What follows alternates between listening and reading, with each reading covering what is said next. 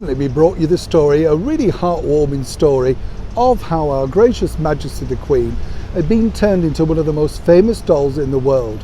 That's right, Platinum Jubilee Barbie.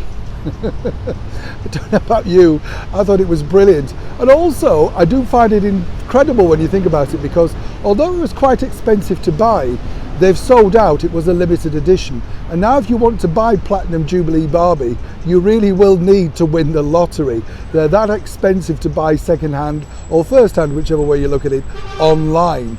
But now, of course, the company have decided to go one stage further in their fight back to remind people that Barbie is still relevant in the 21st century. Hi, good morning, Neil Sean here in the very heart of London. Nice to have your company today. Sorry, I've got the giggles already. But this particular story did make me smile, simply because, as I say, I was lucky enough to see one of the Platinum Jubilee Barbies, and I don't really think it looked anything like Our Majesty the Queen. But I think if you're a young girl and you like playing princesses and princes and that sort of stuff, then of course you would love it. But it appears that while Barbie's still popular, Ken's in for something of a shock. You'll know that Ken, of course, is the boyfriend of Barbie from way back when, I think the 1960s, Ken came in onto the equation. I can't really remember, but somebody no doubt will know. And it's interesting to note now, as I say, that Ken is now not alone for the affections. Because it's interesting, isn't it, that Barbie have decided to launch their very first trans doll. That's right. Try explaining that one away as a Christmas box.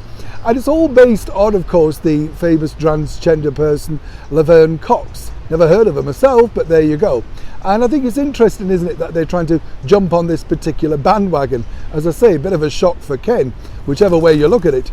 But of course, they're saying that it's all about inclusion, whoever you are, and we have to applaud their message in the 21st century.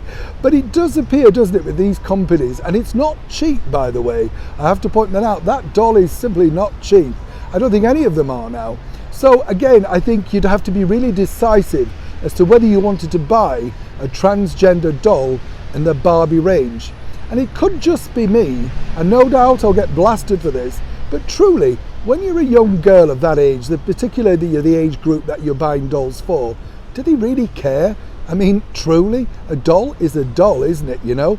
I mean, in my generation, we had things like Action Man, and can't remember the other thing now, but you just kind of got it, played with it for a bit, and then twanked it back in the box. Of course, if you keep it in the box, it's worth a lot more money, as we now know.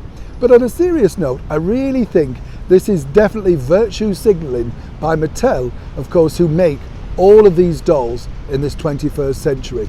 And when you think about it, if you sat down with your grandchildren or your child and said, now, which doll would you like? Would you like Trans Barbie, or would you like Platinum Jubilee Queen? I think most people looking at each of these would say, well, depending on the price, let's go for Platinum Jubilee Queen. And I, for one, would certainly agree with them on this one. As ever, I'd love to know your thoughts about this particular story in the comments below. Is it way too woke now for any child to enjoy a simple childhood, or does everything simply have to have a message? Neil Sean in the very heart of London.